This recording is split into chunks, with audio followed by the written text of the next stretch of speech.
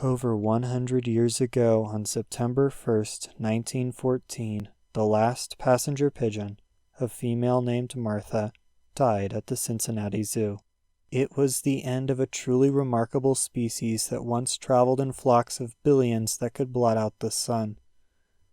Today, all that remains are study skins and taxidermied specimens in the cabinets of natural history museums. But now, with the help of 3D graphics, the passenger pigeon will fly again, and I can take you back in time nearly 150 years to see something amazing the world has lost.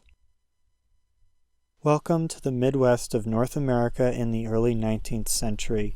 Here you will be able to witness one of the most spectacular phenomena in the natural world, a migrating flock of passenger pigeons. These birds are nomadic, traveling across the landscape in groups that can number in the billions.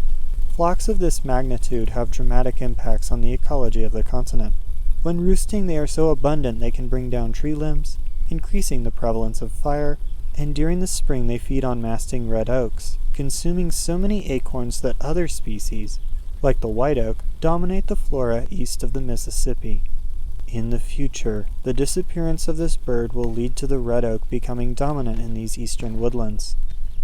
Distant gunfire indicates the presence of human hunters firing into the flock.